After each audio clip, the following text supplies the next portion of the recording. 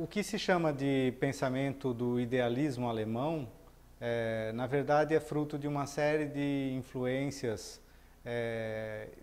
de todo tipo, estéticas, literárias, filosóficas, também de uma reflexão sobre a estética que vinha se fazendo ao longo de mais de 200 ou 300 anos, né? O que estava em questão na época da elaboração da obra do Kant, por exemplo, em termos de estética, era a reflexão que vinha dos sensualistas ingleses, né? Dos filósofos sensualistas ingleses, em oposição à filosofia racionalista do Descartes, né? Então, o grande debate era a relação entre razão e sensibilidade, né?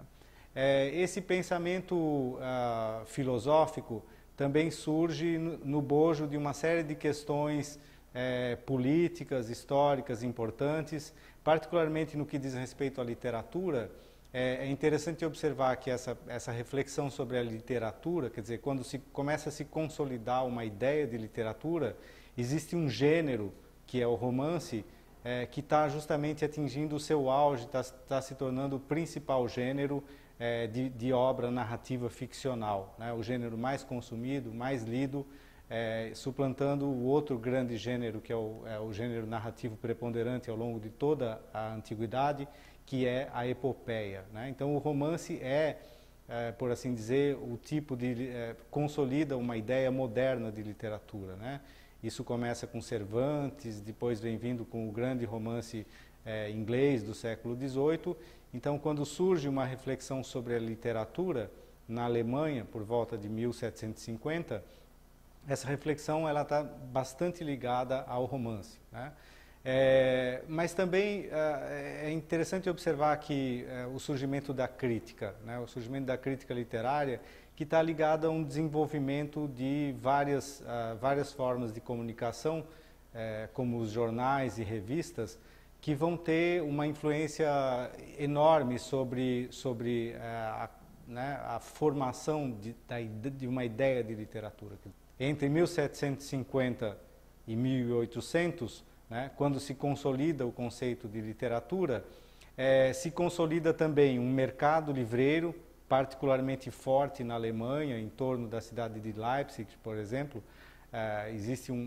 Começa a haver uma rede de distribuição de livros que faz com que um autor como Schiller, por exemplo, em vida, venda cerca de 5 milhões de exemplares. Quer dizer, isso tudo, a formação de um mercado livreiro, o surgimento de revistas e de periódicos, a divulgação da literatura através dos jornais, tudo isso faz com que se forme a ideia de um sistema literário, né? Que você tem não só a relação entre um leitor de obras literárias e o livro, né? Mas inúmeras formas de mediação entre esse leitor, quer dizer, esse autor, esse livro e esse leitor, né? Você tem entre o autor e o leitor, você tem o produtor dos livros, os editores, mas você tem também os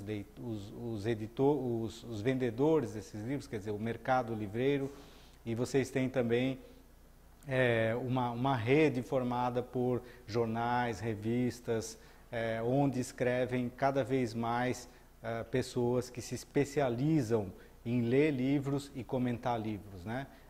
E é justamente nessa época que surge e vai surgir na Alemanha um conceito particularmente na Alemanha, mas também na França, né? Esse conceito de crítica, particularmente de crítica literária, no momento em que se consolida o conceito de literatura. Para entender o conceito de crítica, e não à toa esse conceito de crítica literária ele surge com esse nome, é preciso entender a grande ruptura filosófica que representa a obra do Kant, sobretudo em termos da questão da estética, né?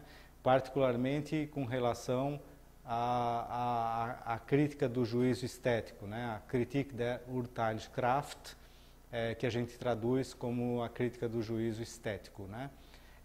O Kant, a filosofia do Kant, boa parte dela, sobretudo na crítica da razão pura, é uma filosofia que vai, de alguma forma, criar uma antinomia uma antinomia fundamental para as ciências a partir do Kant, né? Uma antinomia entre as chamadas ciências duras, né? As ciências naturais, né? E as ciências ligadas ao aspecto sensível, né? Ao que o Kant chama de Sinnlichkeit ou sensibilidade, né? Porque no pensamento do Kant existe essa distinção bastante clara entre as formas, as categorias do entendimento e as formas da sensibilidade. Ou seja, entre aquilo que pode ser atingido através da razão, e particularmente do que o Kant chama de razão pura, né, o que pode ser atingido através da Vernunft, ou razão, né, e aquilo que pode ser conhecido através da sensibilidade, né, da intuição também, né. E no que diz respeito ao belo, né, isso vai ter uma importância grande para a literatura, o juízo relativo ao belo não é um juízo que passa pela razão. Né? Isso significa que não há como determinar de maneira segura o que é e o que não é belo. Né? Uma vez que o juízo sobre o belo passa prioritariamente pela sensibilidade, né, pela Sinnlichkeit. Isso significa que a discussão, né, o velho tema da discussão sobre o gosto, né, ela permanece, de certa maneira, sem resolução também na obra do Kant, né, já que, uma vez que você não pode determinar racionalmente o que é belo e o que não é, né, você também não pode determinar racionalmente o que é poético e o que não é. Você não pode determinar racionalmente o que é literário e o que não é. Né? Portanto, a literatura cai, né, novamente na questão do gosto, e isso, não à toa, né, a obra do Kant também situa a questão da crítica como uma questão importante. Quer dizer, se o gosto é particular e subjetivo, né, então como se pode determinar aquilo que é e o que não é literário, aquilo que é e o que não é poético, né? Uma boa forma de compreensão dessa antinomia está dentro da própria obra do Kant, né? Na medida em que ele pressupõe a ideia de crítica, né? Os dois textos, né, capitais do Kant trazem esse termo como um termo decisivo, né? A ideia de separação, né? Crítica, é bom lembrar, é um termo que vem do grego krinein, que significa separar, né? E a ideia dessa separação é importante porque ela vai fundamentar depois o surgimento da crítica literária, né?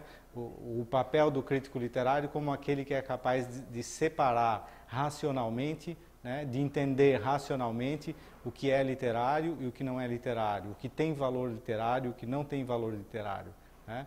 Tentando dirimir essa questão do gosto, tentando ir além da questão do gosto, e sobretudo tentando ir além de uma questão colocada pelos sensualistas ingleses, né?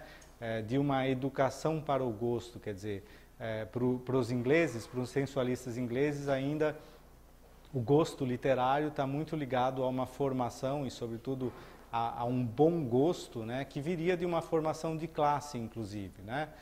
De uma educação a qual só uma determinada elite, né, teria acesso, né? É preciso também situar o surgimento do pensamento, desse pensamento da crítica kantiana dentro do iluminismo, né? Isso é o que a gente vai ver na nossa próxima aula.